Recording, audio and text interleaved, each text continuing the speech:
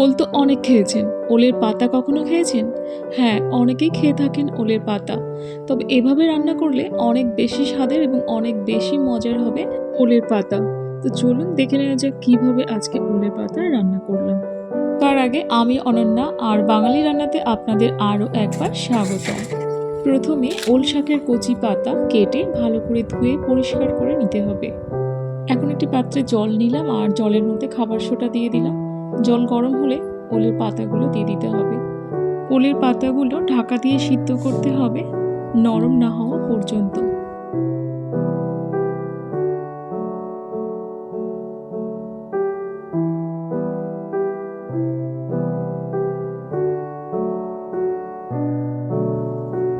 ওল পাতা একদম সিদ্ধ হয়ে গেছে, আমি যেমনটা চেয়েছিলাম নরম হয়ে গলে গেছে। এবার জল ঝরিয়ে নিতে হবে অন্য আরেকটি পাত্রে। ওল পাতা রান্না করতে আমি ছোট ছোট চিংড়ি মাছ ব্যবহার করেছি।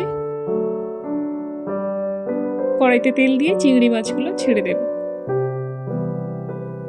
চিংড়ি মাছগুলো আমি নুন হলুদ দিয়ে মাখিয়ে রেখেছিলাম, আর এগুলো পুকুরের দেশি চিংড়ি। দেশি চিংড়ি খেতে অনেক বেশি ভালো লাগে, সবসময় পাওয়াও যায় না বাজারে, মার্কেটে। আর দিয়ে দিলাম আমি এখানে কাঁচা লঙ্কা ও শুকনো লঙ্কা। লঙ্কার ঝালটা কতটা খাবেন সেইভাবে দিয়ে দেবেন।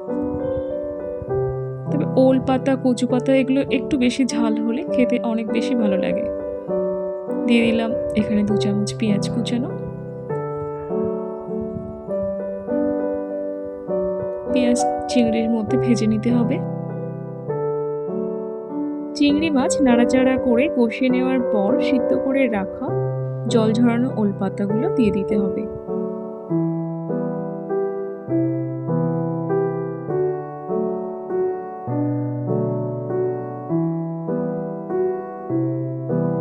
ওল পাতা দেওয়ার পর আরও বেশ কিছুক্ষণ চিংড়ির সঙ্গে কষিয়ে নাড়াচাড়া করে রান্না করতে হবে।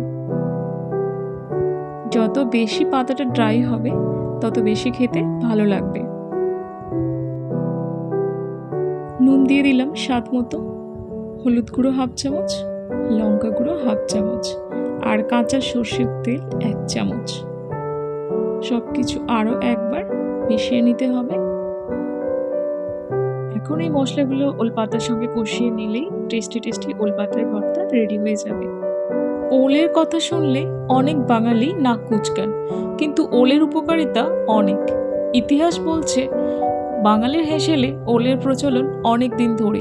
ডালনা, তরকারি, ভর্তা অনেকভাবে ওল রান্না করে খাওয়া হয়। সেই সাথে ওলের পাতাও বিভিন্নভাবে রান্না করে খাওয়া হয়। পুষ্টিবিদদের মতে ওল খুব উপকারী একটি সবজি, কারণ ওলের মধ্যে আছে omega 3 fatty acid, zinc, selenium, magnesium এবং ফসফরাস। এখন ওল পাতার ভর্তাটা আমি খুব সুন্দর করে সাজিয়ে নেব টেবিলে পরিবেশন করার আগে। আর এভাবে সাজিয়ে নিলেই ওল পাতার ভর্তা পুরোপুরিভাবে আমার রেডি হয়ে যাবে খাওয়ার জন্য। ওল একদিকে প্রাকৃতিক প্রোবায়োটিক এবং একই সঙ্গে অ্যান্টিব্যাকটেরিয়াল। পেটের তথা পরিপাক স্বাস্থ্য ভালো রাখে এই সবজি। শরীর থেকে টক্সিন জাতীয় পদার্থ সরিয়ে সংক্রমণের হার নিয়ন্ত্রণ করে। তবে পুষ্টিবিদদের মতে অন্তঃসত্ত্বা মহিলা বা যে সমস্ত মহিলারা মানে মায়েরা সন্তানকে মাতৃদুগ্ধ পান করান, তাদের ওল এড়িয়ে চলাই ভালো। আজকের রেসিপিটি এই পর্যন্ত। কেমন হয়েছে অবশ্যই লাইক, কমেন্ট, শেয়ার করতে ভুলবেন না। আর আপনি যদি নতুন হয়ে থাকেন আমার চ্যানেলে, তাহলে প্লিজ চ্যানেলটি সাবস্ক্রাইব করে আমার পাশে থাকবেন। সাথে বেল আইকন প্রেস করে নেবেন, যাতে আমার নতুন ভিডিও ছাড়ার সাথে সাথে নোটিফিকেশন পৌঁছে যাবে সবার আগে আপনার কাছে। আশা করছি আপনারা সবাই অনেক অনেক ভালো আছেন, সুস্থ আছেন এবং নিজের খেয়াল রাখছেন। ভিডিওটি এতক্ষণ দেখার জন্য অসংখ্য ধন্যবাদ।